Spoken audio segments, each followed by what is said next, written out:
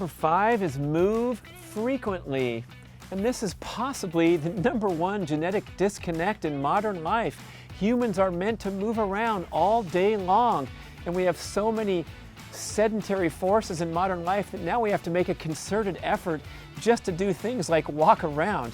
So besides walking, which should be the centerpiece of your ambitions to move frequently, you have to build in structured opportunities to get more movement. One thing that's worked really well for me is my morning flexibility mobility routine. So every single morning, as soon as I wake up, before I reach for my phone, like 84% of Americans do as the first thing, I launch into this custom flexibility mobility routine that I designed to help me prepare for my high intensity workouts that I do over the course of the week.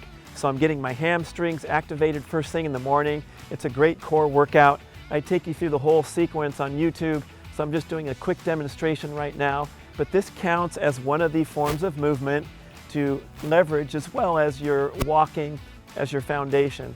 And I finish my whole morning sequence. I feel awakened and energized, so however I felt when I first woke up, getting through this whole sequence, I feel great. Even got a warming of the body and light sweat going, and I'm ready for whatever other exercise or workout I'll do formally. But this is the start of my day every single day. So movement comes in many forms. One thing that even counts is foam rolling. So if you're hanging around after a busy, stressful day, watching TV or something, get on that roller and activate those pressure points, get the blood flowing.